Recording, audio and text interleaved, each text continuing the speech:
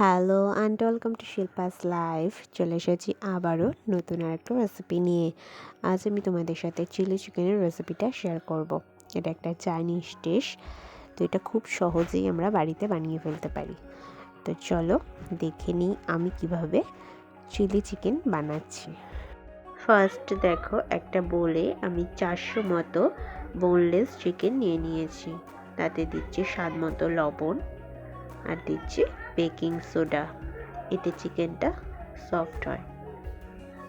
দিচ্ছি সামান্য একটু গোলমরিচ গুঁড়ো আর 3 চামচ কর্নফ্লাওয়ার, 1 চামচ ময়দা, এতে দিচ্ছি একটা ডিম। এবার এই সবগুলো ভালোভাবে হাত দিয়ে মিশিয়ে নেব। দেখো এইভাবে মিশিয়ে নিলাম। এবার এটা ফ্রাই করে তুলে নেব। দেখো চিকেনগুলো আমি ভেজে তুলে রেখেছি, এটাকে একটু সাইড করে রাখি। অন্যদিকে দেখো কড়াইটা আমি বসিয়ে দিয়েছি, এটা বেশ গরম হয়েছে। এতে দিচ্ছি পরিমাণ মতো সাদা তেল,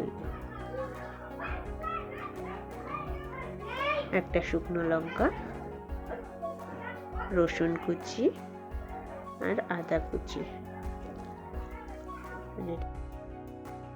এগুলোকে এইভাবে একটু নাড়াচাড়া করে নিতে হবে, একটু ব্রাউন কালার আসবে এতে। দেখো এটা প্রায় হয়ে গেছে। তো এতে দিয়ে দিলাম পেঁয়াজগুলো এইভাবে কেটে নিতে হবে। তো এতে পেঁয়াজগুলো দিয়ে এইভাবে নাড়াচাড়া করে নিলাম। দেন এতে দিয়ে দিচ্ছি ক্যাপসিকাম।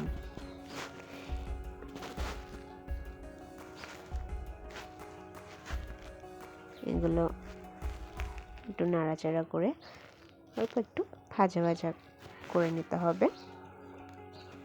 অন্যদিকে দেখো আমি 1 চামচ কর্নফ্লাওয়ার দিয়ে আর হাফ কাপ মতো জল দিয়ে এটা একটু গুলে নিচ্ছি, এটা পরে কাজে লাগবে। তো এদিকে দেখো প্রায় ভাজাটা মনে হয় কমপ্লিট হয়ে গেছে, প্রায় হয়ে গেছে। এবার এতে দেব 3 চামচ মতো টমেটো সস, 2 চামচ সয়া সস আর 2 চামচ মতো রেড চিলি সস। দিচ্ছি পরিমাণ মতো লবণ, দিয়ে সবগুলো ভালোভাবে মিশিয়ে নিতে হবে।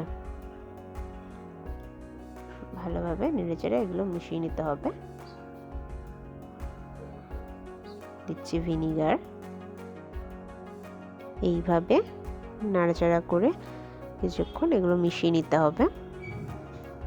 এবার এতে দিয়ে দিচ্ছি ভেজে রাখা চিকেনের টুকরোগুলো।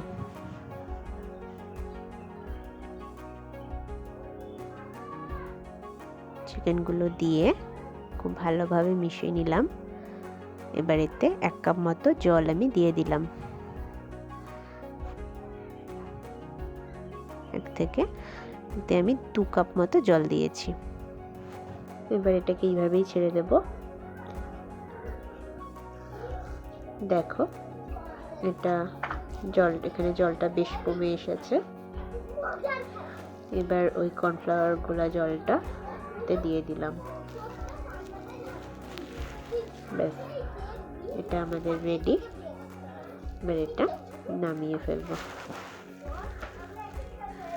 দেখতেই পাচ্ছ এটা রেডি হয়ে গেছে। আজকের চিলি চিকেন রেডি।